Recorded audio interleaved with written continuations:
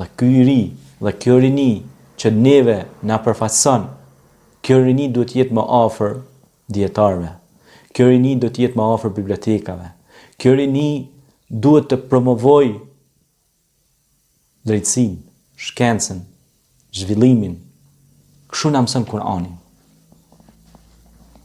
Kurani shpesh herë dhe kemi përsëritur dhe do ta ripërsëritim, shpesh herë Kurani fton në dituri. Dhe bile shumë ajete janë edhe lutje, o kur Rabbi zidni ilmen, o Zot na shto diturin. U lut Musa alayhis salam, u lutën pejgamberët e Zotit me radhë që Allah me u ashtu dijen, ilmen nafian, dijen e dobishme, dhe ata merrnin mezhliset e tëra, do të thonë njerëz e nxënës të ndryshëm i afronin pranë vetes dhe i mësonin ata, do thot, i mësonin ata me, do thot, ligjin e jetës, me ligjet e Zotit krijuesit mallnishëm, se si ata mu largu pej, do të thonë, pej haramit, e mu afru te halali, me praktiku halalin, e me hes në këto konture dhe me qenë një rini efikase. Rini efikase, vigjilente, rini e cila e çon shtetin përpara dhe rini e cila dhe me cilën ne do të nderohemi. E si ka mundësi një rini e turbullosur, e shfrenuar, e degeneruar të shkojë në këtë deregje ose në këtë shkallë? Atëherë çka do të presim ne në të ardhmen pe kësaj rinie?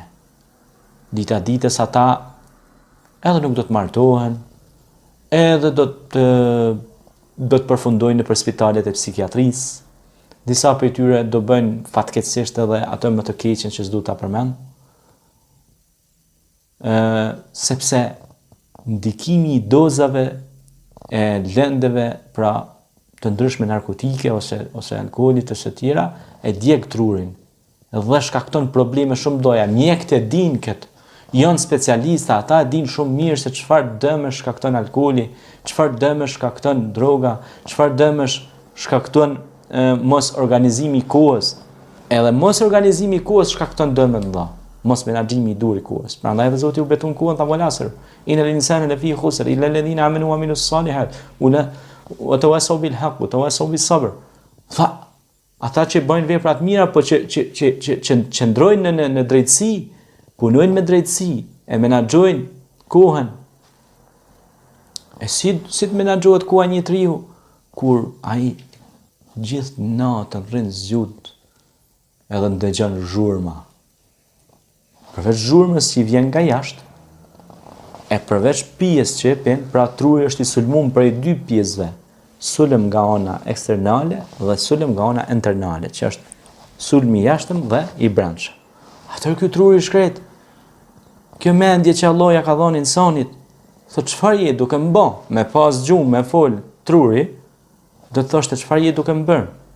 Çfarë po bën me mua? Çfarë fajit kam unë që po më dëmton? Ose melçia, shpretka, pjesë e trupit. Sepse tha pejgamberi alayhis salatu wassalam, tha nuk ka anë më të keqe se barku i birit Ademit. Çfarë ti futesh brenda e mbani shkreti. Por çfarë fajit ka ty? Prandaj ti duhet ndalesh dhe të analizosh.